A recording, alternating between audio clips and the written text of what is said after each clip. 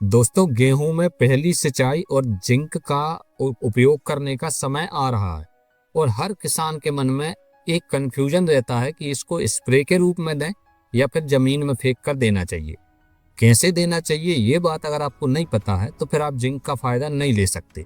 और ये मैं नहीं कह रहा हूँ, ये कृषि विज्ञानी बताते हैं, यानी कि एग्रोनॉमिस्ट बताते हैं, जो इसी बात का रिसर्च करते हैं कि कौन सा खाद कब देना है और कैसे देना है।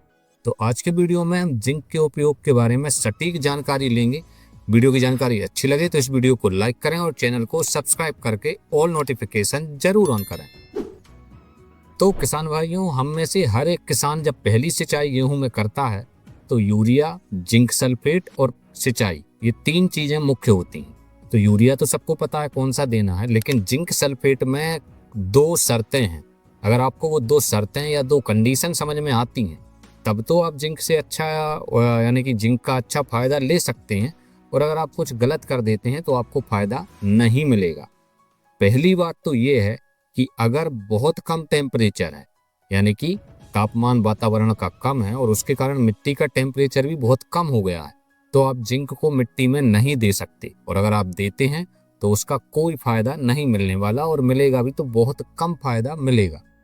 ये कहना है एग्रोनॉमिस्ट का। आगे आपको एक वीडियो दिखाता हूँ, इनको आप जानते होंगे, डॉक्टर अमित भटनागर। ये देखिए जिंक के बारे में और तापमान से जिंक पर क्या प्रभाव पड़ता है उसके बारे में क्या कह रहे हैं। आगे आप एक क्लिप में मैं आपको दिखा रहा हूँ। इसको जाड़े वाले में प्रयोग ना करें, जाड़े में प्रयोग नहीं करना है, इसको नोट कर लीजिए। जाड़े की फसल जो रबी की फसल है इसको प्रयोग ना करें। उसका कारण क्या है, जब हम जाड़े में इसको जिंक सल्फेट को डालते हैं तो ठंड की वजह से पौधों को उपलब्ध नहीं हो पाता है। इसके घुलनशीलता के लिए या जमीन में पौधों को उपलब्ध होने के लिए जमीन में गर्मी होनी जरूरी है। ठंड में इसका एक्टिविटी या इसकी सक्रियता कम हो जाती है तो पौधे को उपलब्ध नहीं हो पाता। इतना आप समझिए इस बात को। तो किसान भाइयों, आपने सुन लिया होगा, डॉक्टर अमित भटनागर का कहना है कि अगर टेम्परेचर बहुत कम है तो जमीन से दिया गया जिंक फसलों के काम में नहीं आ पाता।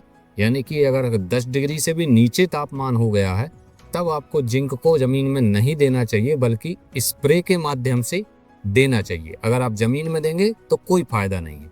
अब आती है दूसरी कंडीशन। दूसरी कंडीशन भी आपकी जमीन से ही जुड़ी हुई है, लेकिन ये काम कोई किसान नहीं करता है, मुश्किल से 1% किसान ही करते हैं। ये जो बात है ये जुड़ी हुई है मिट्टी की जांच से। अब समझिए कि बात क्या है। अगर आपकी मिट्टी का पीएच 7.5 से ऊपर है या अपन मान लें 7.3 से अधिक है तो मिट्टी में दिया हुआ जिंक उपयोग में नहीं आएगा, क्योंकि जिस मिट्टी का पीएच 7.3, 7.4 या 7.5 के ऊपर चला जाता है, जैसे ही जिंक उस मिट्टी में जाएगा तो उसमें कुछ ऐसा केमिकल रिएक्शन होता है कि वो तुरंत ठोस हो जाता है, यानी कि जम जाता है। और जमने के कारण पानी में अघुलनशील हो जाता है, यानी कि फिर वो पानी में नहीं घुलता, चाहे आप कितनी सिंचाई कर लें। तो जब जिंक पानी में घुलेगा ही नहीं, मिट्टी में पड़ा रहेगा, तो पौधा उसका अवशोषण भी नहीं कर पाएगा, मतलब वो जिंक आपकी फसल को नहीं मिलेगा। तो किसान क्या करता है, न कुछ देखता है, न तापमान देखेगा, न मिट्टी का पीएच देखेगा, कुछ नहीं देखेगा। बस उसने एक रट्टू तोते की तरह कहानी याद कर ली है कि 21-22 दिन पे पानी देना है, उसके पहले यूरिया और जिंक डाल देना है, बात खत्म। ये हर किसान कर रहा है। आप कुछ ना कुछ कमी कर रहे हैं, कुछ तो मिस्टेक हो रही है जिसके कारण आपका उत्पादन अच्छा नहीं आ पा रहा। तो इन बातों का विशेष ध्यान रखें। विशेष रूप से जिंक में दो चीजें जरूर ध्यान रखें। तापमान बहुत कम नहीं होना चाहिए, दूसरा पीएच जो है वो 7.3 के ऊपर नहीं होना चाहिए।